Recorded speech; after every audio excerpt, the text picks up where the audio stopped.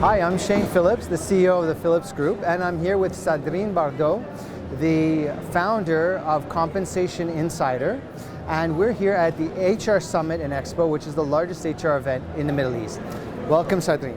Thank you very much for having me. Thank you. So, what's the future of comp and ben really look like from your perspective? Okay, so at the moment, I've been working in compensation and benefits for the past 26 years, and I see a few trends that are coming globally and also to this part of the world. Obviously, everybody today at the HR Summit and Expo is talking about the impact of digital.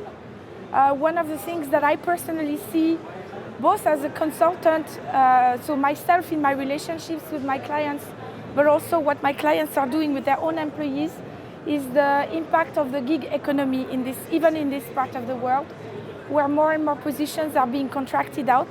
And how do you handle those almost employees? How do you treat them? How do you pay them?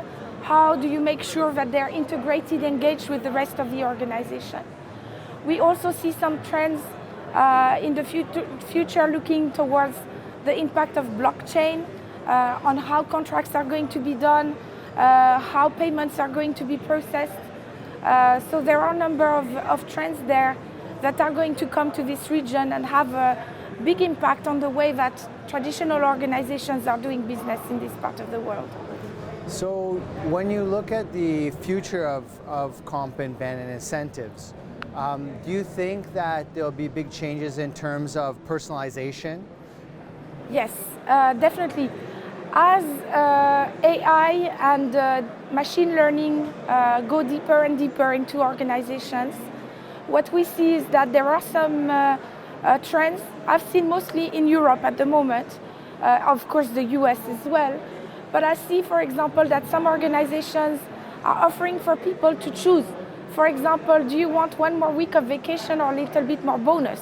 Do you want less bonus and more? So if you have a bonus of 10%, do you want to integrate 5% in your base pay and not have a bonus? Or do you want to have 25% bonus and less base pay?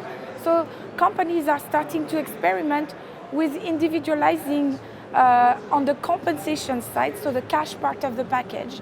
And of course, on the benefits part, especially in terms of healthcare providers, wellness and so on, we already see some of that individualization being offered by flexible benefits where people can sometimes adjust. I want more cover for my eyes or more for my teeth or maternity cover instead of the standard package. And also voluntary benefits where people take a deduction from their pay packet, but with less cost to them than if they were going themselves on the market to buy some services that is provided through the employer. So we see that as well in terms of personalization on the benefits side. So it's definitely coming in the market. But you're talking about in the West, or is this actually happening in the Middle Eastern context? In compensation and benefits, personalization in this part of the world is quite rare. Multinationals do offer it, like the big corporations like Microsoft and so on, because they have that on a global basis. The local organizations are starting to offer it. They're very often entering it through the angle of wellness, well-being and happiness, which is their angle to attack the individualization. The individualization of compensation is not yet on the agenda in the region, but I believe it will have to come because competition is global and people will have choices in other parts of the world, and especially in order to attract and retain the highly skilled expats that are going to be much sought after across the world, this is going to become more and more important to have. So I believe it is coming.